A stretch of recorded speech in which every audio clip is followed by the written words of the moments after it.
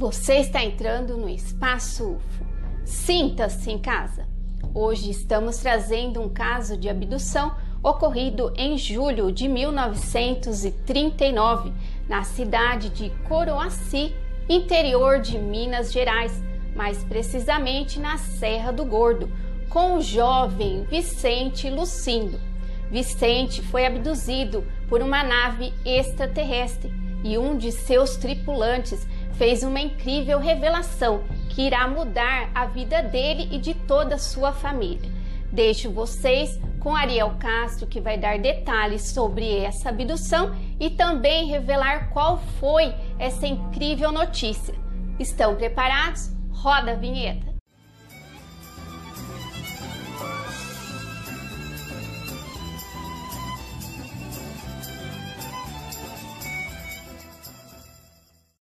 Aqui é Ariel Castro. Você está entrando no Espaço UFO. Acontecido aqui mesmo no Brasil, há um caso inédito do aparecimento de um OVNI, cujos tripulantes entraram em contato com um simples cozinheiro e lhe fizeram uma revelação espantosa, que se confirmou plenamente. O caso é absolutamente desconhecido dos aficionados do assunto em nosso país, e muito menos no exterior. Aconteceu no ano de 1939, uns 2 ou 3 meses antes do início da Segunda Guerra Mundial. Na época, não se falava em discos voadores e nem eles eram vistos com frequência, com qual passaram a se mostrar anos pós-guerra. Distante cerca de 15 quilômetros da sede do município de Coroaci, estado de Minas Gerais, num local conhecido como a Serra do Gordo, uma família de garimpeiros tentava descobrir uma jazida de mica, minério de grande ocorrência na região e muito procurado por vários países do mundo inteiro, principalmente nos Estados Unidos, Alemanha e Japão. O Brasil foi um grande exportador de mica nos anos que antecederam a guerra.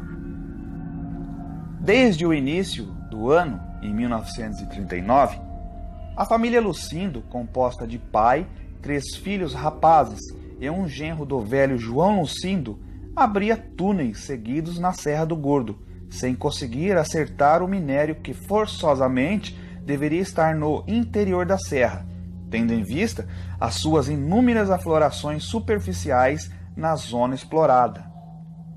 Em meados de julho, João Lucindo, seus filhos e o genro começaram a desanimar com a exploração, mesmo porque os seus recursos já estavam praticamente esgotados. Aquela face da serra, sujeita ao sol da tarde e, portanto, mais propícia a conter as esperadas concentrações do minério, já fora furada por túneis de 40, 50 e mais metros de profundidade, em diversos níveis, mais alto e mais baixo, e nada compensador fora encontrado. Vicente Lucindo, o mais novo dos 3 irmãos, era o cozinheiro do grupo. Como a barraca que habitavam fora construída à meia altura da serra, ele tinha um longo percurso de descida e subida para se abastecer da água necessária para a sua cozinha e para o abastecimento pessoal de todo o grupo durante o dia. A pequena nascente ficava no fundo de uma grota que se formava no sopé da serra. Naquele dia de julho, Vicente se atrasara em seus afazeres e o jantar saíra muito tarde. Ele ainda tinha que buscar pelo menos uma lata de água para o café da manhã seguinte, além de que era necessária para que seu pai e os outros fizessem sua precária higiene matinal antes de se dirigirem para o trabalho. Começava a escurecer e a lua crescente já aparecia sobre o topo da montanha, quando o cozinheiro, com a lata vazia na mão direita, espingarda cartucheira dependurada no ombro, começou a descer a trilha íngreme, o que levaria à nascente. A espingarda poderia proporcionar-lhe alguma caça para o dia seguinte. Aquela hora não seria difícil que ele se surpreendesse com um tatu, um coelho, que se estivesse mais sorte até uma paca, atravessando distraidamente seu caminho. Também não era difícil que uma onça pintada estivesse traiçoeiramente escondida entre a capoeira grossa, a cavaleiro da nascente, à espreita de jantar qualquer presa de carne que andasse menos prevenida por aqueles solidões, naquele início da noite. Vicente Lucindo e seus companheiros estavam acostumados a escutar os seus fortes miados na boicanas da serra, quase todas as noites, quando já estavam recolhidos em suas camas rústicas. Muitas vezes viram-lhes os rastros nas imediações de sua frágil barraca de pau a pique.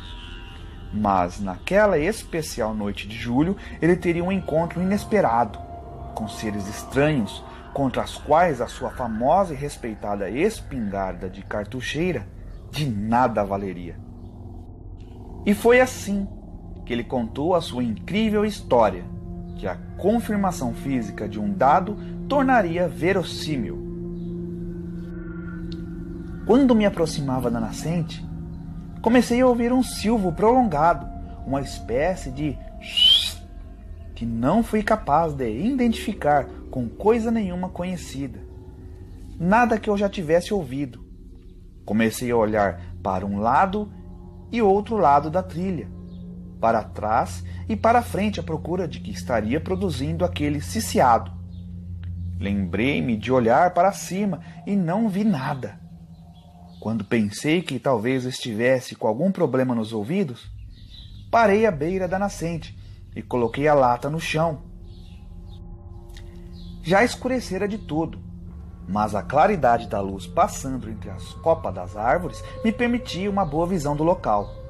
Lembro-me bem de que eu estava aborrecido e intrigado com o ruído que continuava incessantemente em meus ouvidos. Abaixei-me para encher a lata de água na bica baixa que tínhamos colocado na nascente. Foi então que notei uma claridade diferente no local. Larguei a lata de repente e me levantei com a espingarda na mão. Fiz meia volta em direção à trilha, pronto para disparar contra qualquer coisa que aparecesse. Eu tivera a impressão que a claridade fora provocada pelo foco de uma grande lanterna de pilhas, dessas que funcionam com 4 elementos e que muitos garimpeiros apreciam ter para suas saídas noturnas. Verifiquei rapidamente que não havia ninguém nas imediações e que eu me encontrava sempre no centro do círculo de claridade, que calculei ter pelo menos uns 5 metros de diâmetro. Interessante foi constatar que, embora eu me movesse para um e para o outro lado, para frente e para trás, permanecia sempre no centro do círculo. Aos poucos notei que já não podia me mover do lugar onde eu me encontrava, como se meus pés estivessem colados ao chão da clareira. E foi então que eles apareceram. 2 homens altos, tendo no mínimo 1,80 m de altura, pois eram mais altos do que eu, com uma espécie de malha metálica, cobrindo seus corpos desde os pés até o pescoço. Não pude distinguir bem os seus rostos, envolvidos em uma claridade que me ofuscava, mas, pelo que pude perceber, eram rostos humanos normais. De repente, entendi que estavam me dando uma ordem e olhei para cima. Não vi as copas das árvores e, uma altura de talvez uns 50 metros, pairava um objeto parecendo um enorme prato de fundo para baixo, que girava sobre si mesmo sem sair do lugar, e era dele que vinha o silvo que eu escutava. A seguir, ainda olhando para cima, como que magnetizado pelo foco de luz que descia do estranho prato, vi que seu fundo se abria uma espécie de escotilha, talvez da qual pude perceber a claridade intensa dentro dele. Percebi que não me lembro bem se os 2 seres estranhos que estavam comigo em terra, pegou-me pelo braço e subi com ele, com uma sensação de que estava sendo sugado, e entramos pela escotilha da nave misteriosa. Pareceu-me ter entrado num imenso laboratório que parecia se prestar para inúmeros fins. Comecei a sentir certo embotamento nos sentidos, mas percebi bem que me despiam, e que, a seguir, fui submetido a diversos exames fisiológicos. Entendi também que um deles me dizia que nada de mal iria me acontecer e que eles iriam prestar a mim e à minha família um grande benefício. Depois, só me lembro de estar chegando de volta à nossa barraca, com a lata cheia de água na cabeça, a minha espingarda no ombro e sem sentir nenhum cansaço pela longa subida. Meu pai e um dos meus irmãos já estavam para ir à minha procura, pois eu me demorava mais do que o tempo costumeiro. Na verdade, eu me perguntava sobre o benefício que o estranho me prometera fazer à nossa família, enquanto inventava uma história de uma longa perseguição a uma paca, para explicar a minha demora. Não estavam nada dispostos a sofrer incredulidade crítica do meu pai e de meus irmãos e de meu cunhado, caso lhes contasse que verdadeiramente acontecera comigo. Iria ser motivo de chistes e risadas deles durante muito tempo. No entanto, se houvesse tal benefício, aí sim, eu poderia revelar o episódio de que fora protagonista. Pouco depois, fomos deitar, mas não consegui dormir, porque primeiro pelo próprio acontecimento que acabara de acontecer comigo. Segundo, eu insistia em rememorar o que aqueles seres estranhos tinham feito comigo no interior da nave, e principalmente procurava lembrar-me de alguma coisa especial que me tivessem falado. Já era madrugada. O dia não tardaria a amanhecer, quando, não sei se dormindo ou acordado, lembrei-me de que um dos extraterrestres me dissera assim: abram um túnel do outro lado da montanha, no mesmo nível e a 10 metros à direita de uma grande rocha que encontrarão lá, sem grande trabalho. Sigam com o túnel em linha reta para o interior da montanha, e antes de atingirem a profundidade de 30 metros, vão encontrar muito minério de malacacheta. Lembrava-me bem de ter ouvido o estranho personagem dizer malacacheta, e não mica, como nós dizíamos. Mas eu sempre sabia que a significação era a mesma. Como eu poderia dizer isso aos meus companheiros? Depois de muito pensar no assunto, resolvi falar sobre um hipotético sonho que tivera durante o qual a revelação me fora feita. Mas antes de fazer isso, eu fui sozinho procurar a rocha, e para minha surpresa e alegria, não foi difícil encontrá-la. Contei a meu pai o sonho, e ele foi comigo do outro lado da montanha para ver a grande pedra que eu tinha descoberto. No mesmo dia, começamos a abrir o túnel de exploração, 10 metros à direita dele. Menos de um mês depois, com 27 metros de profundidade, encontramos o minério, e, como me fora dito pelos extraterrestres, em grande quantidade. Só então contei a meu pai e a meus irmãos o meu encontro com os seres de outro planeta e a minha estada em sua nave. Falei-lhes da revelação de que me fora feita e que acabávamos de comprovar exata e com a feliz descoberta do minério. Mas eles me olhavam incrédulos e preferiram achar que tudo não passava realmente de um sonho. Mas eu tinha certeza de que não era sonho. Estivera realmente numa nave extraterrestre em companhia de seus tripulantes. No entanto, se eu insistisse no fato verdadeiro, a época em que se passou teria sido taxado e, é pior, considerado fraco do juízo. Mas, para minha tranquilidade, vivi até o tempo em que os aparecimentos desses objetos voadores desconhecidos e os contatos com os estranhos tripulantes tornaram-se bastante comuns em várias partes do mundo, inclusive aqui no Brasil.